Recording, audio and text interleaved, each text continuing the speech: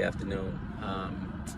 Was busy this morning, but I did get my workout in, and I do got to get something off my chest before I go on with the rest of my weekend. So for some of you who've never worked in nonprofit, what I'm about to say might not really resonate, might not feel like your reality, it might be a bit out of context.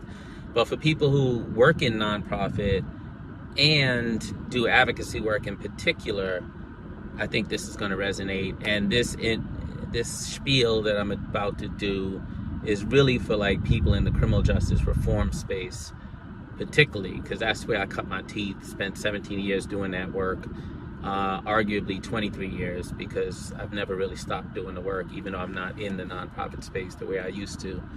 Nonprofit space it's a bit like when you leave your apartment, you come back and you suddenly smell something rotten. And the rotten smell has been there the whole time, but you got to be away from it and come back to realize that it stinks. And there's something stink about nonprofit. And here's why, for people who've never worked in nonprofit. So you can't really do much in nonprofit unless you raise money. And in progressive spaces, you have to raise money from foundations, particularly progressive foundations. And that means you're raising money from mostly wealthy, white, liberal philanthropists. And these are people who mostly have good intentions, but have strong opinions about the way the work should be done and who should be doing the work. And what they do is they tend to reward the person who's leading the movement that is the most outspoken, the most charismatic, the most scary, the most able to generate media, the most able to generate a crowd. That's not always true, but sometimes. The poster child of the movement, or the poster children of the movement.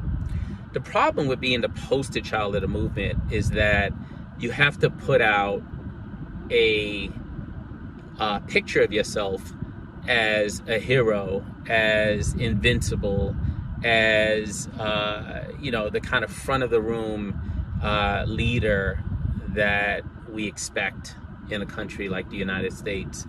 And so movements that are usually antithetical to the way the United States does things actually end up adopting some of those same practices.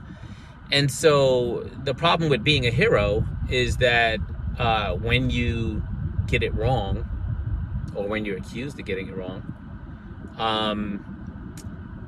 people love to see heroes take a fall.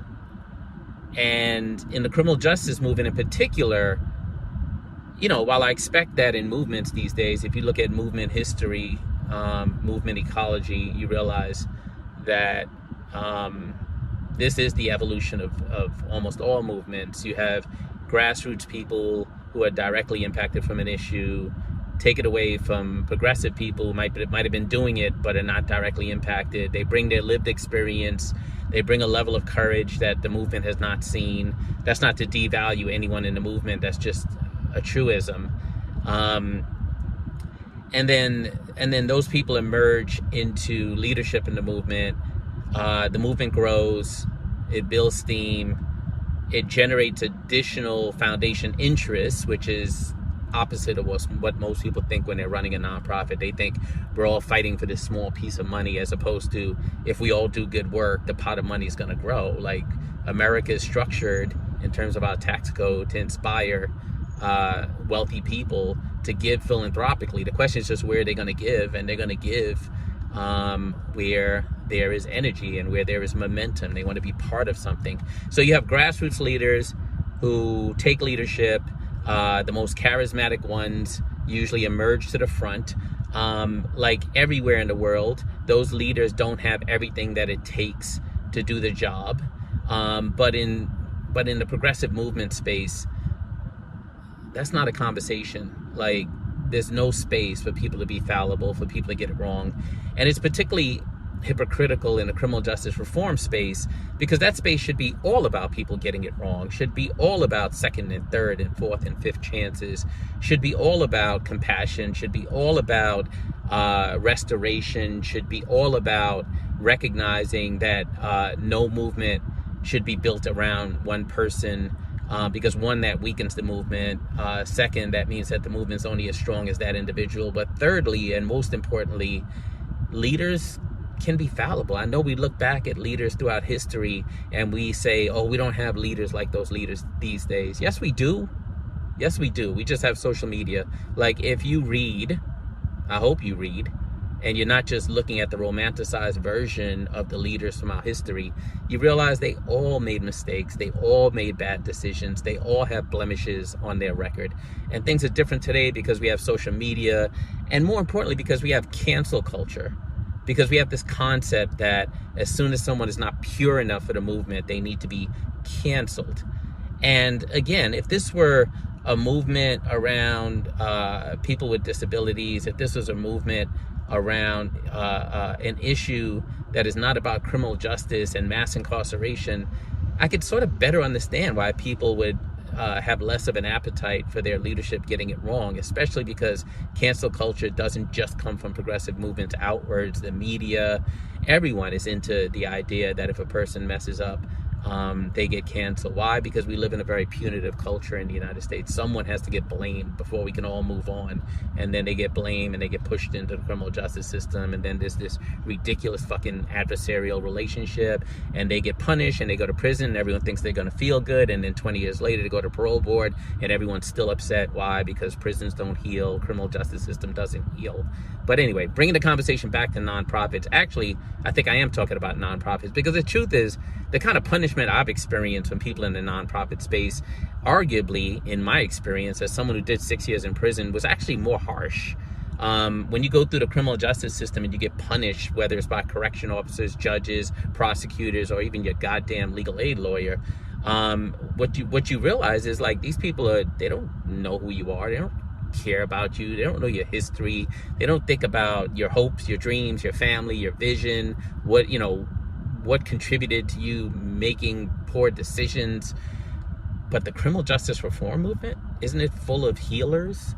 Isn't it full of people who've been through the system and say they don't want to see other people be punished? And then they become the punishers. And I know they say hurt people. That sounds really cool. Like, people in the movement say it. But it's so fucking insidious. It is so insidious, the fact that people who have been the most harmed, when they get a chance to harm others, when they're the ones in power, they show up just the same, if not more harshly than the people who they say are oppressing them. So look, this video is not meant to indict an entire movement. I've met some amazing human beings along the way.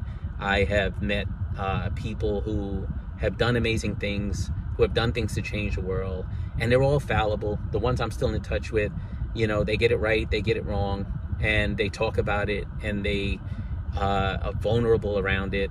But then I've also met a lot of people who've actually squandered millions upon millions upon millions, tens of millions, if not hundreds of millions of dollars that's been in the criminal justice movement going back to about 2006. And if there's anything great about the fact that crime is going up and a lot of people have lost their appetite for saying hashtag Black Lives Matter, or we should get rid of mass incarceration, nobody calls me anymore about the movie 13th. So I guess we've lost a lot of momentum. But if there's anything good about it, it's that it's separating the wheat from the chaff. Like, there's a lot of people who shouldn't have been in the movement in the first place who are now realizing that it is not a financial boom and they can't, milk the movement to make a lot of money. And I believe people should do good and do well. Don't get me wrong. Like, people should not work and not get paid well. At my first job, I was making 16 grand a year at one of these goddamn nonprofits. But when movements build momentum, more money pours in and some of the worst people come out of the woodwork. And if there's anything to be said about the movement shrinking a bit, is that it's probably right sizing. And people who were here for the wrong reasons to begin with are gone, and they've moved on, or they've retired and so on. And it's probably good for them. I mean, look, I don't want to sound like someone who doesn't have grace for people. Like, I do create space for people to, come back and say I got it wrong. Lord knows I've needed grace over and over and over again. But there's a handful of people who actually have not turned a corner, and instead the movement is turning a corner without them, and I think it's actually a good thing. That's my fucking rant for today. Have a great day. I think it's the 4th of July weekend. What are you celebrating? Being independent? Independent from what? Britain? I don't know what the fuck that got to do with my people, but have a barbecue or something. Enjoy yourself. Hope you're traveling, and avoid the ridiculous heat in the United States, and avoid the fact that the air in New York is like the 3rd worst in any goddamn city in the world at this point. But that's my way of saying have a great weekend, and don't let anybody steal your rainbow. Peace.